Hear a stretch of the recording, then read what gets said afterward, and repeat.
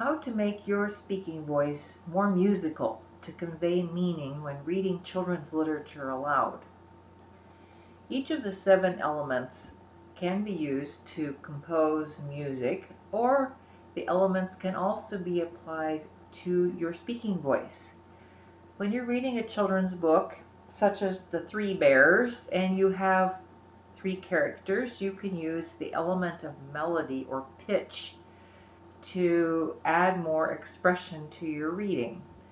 So once upon a time, there were 3 bears. There was the papa bear, the mama bear, and the wee little baby bear.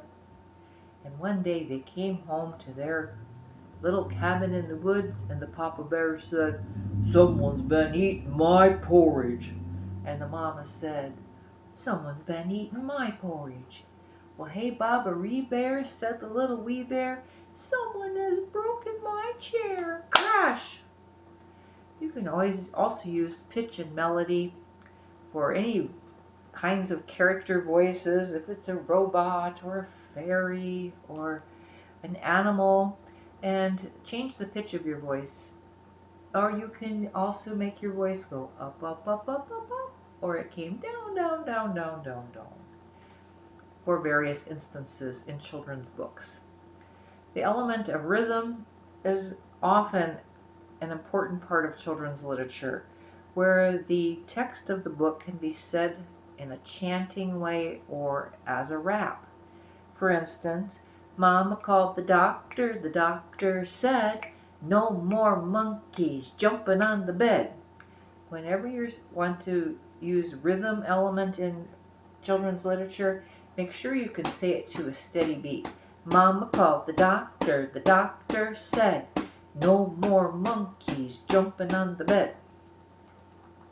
The element of harmony can be any way of layering sounds.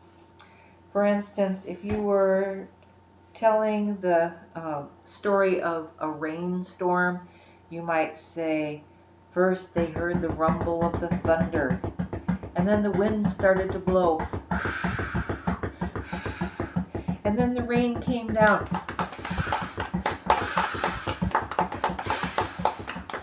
So you hear the thunder and the rain and the wind all at the same time. You could actually divide children's classes into groups and let each group add their own layer of sound to whatever you're trying to illustrate by adding sound to your story. The element of form is often used by authors in children's literature. This would be a repeated refrain that keeps intermittently repeating throughout the book. One book that would be an example is Eric Carle's A Very Quiet Cricket. As he goes through the book and meets all of the other insects, he always says, "And he rubbed his wings together, but nothing happened, not a sound."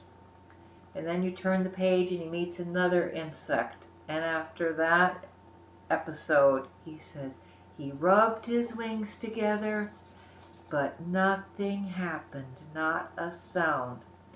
And so you want to be able to exaggerate that refrain, that repeated refrain throughout the children's book. The element of tempo often happens in storytelling.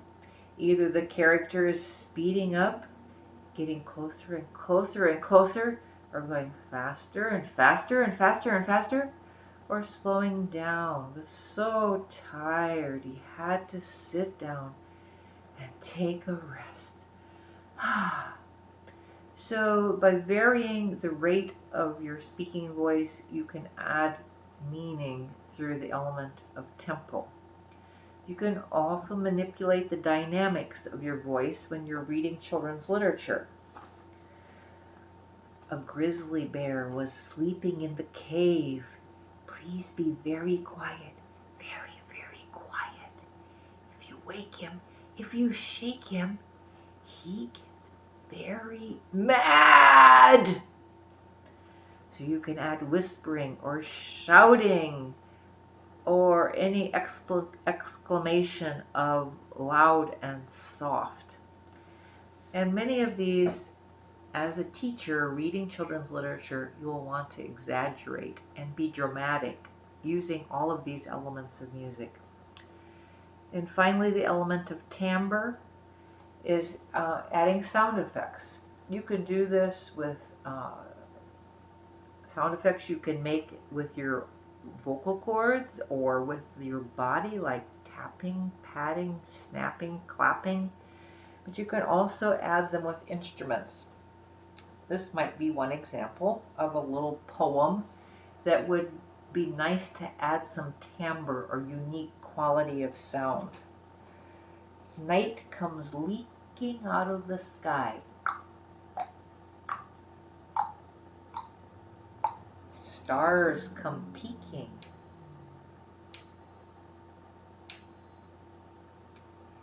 Who is shaking, shivering, quaking? Who's afraid of the night?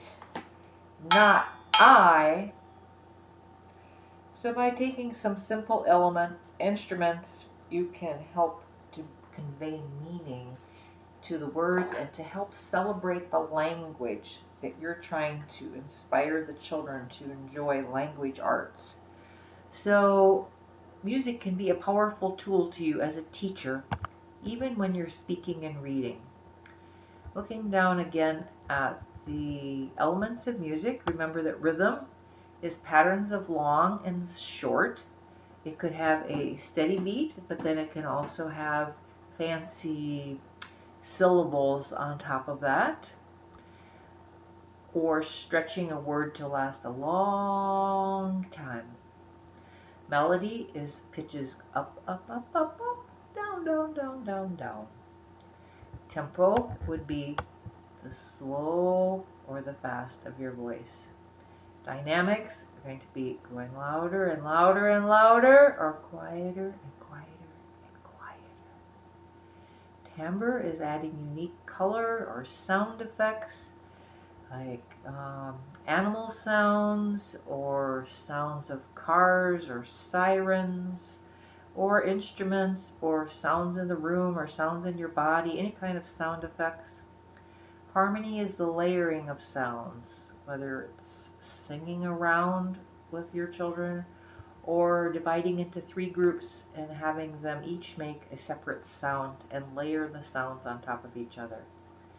And form would be coming back to something that repeats to add some variety or sameness and some repetition throughout the structure of the book altogether. So I look forward to hearing what you do by manipulating the elements of music in your project.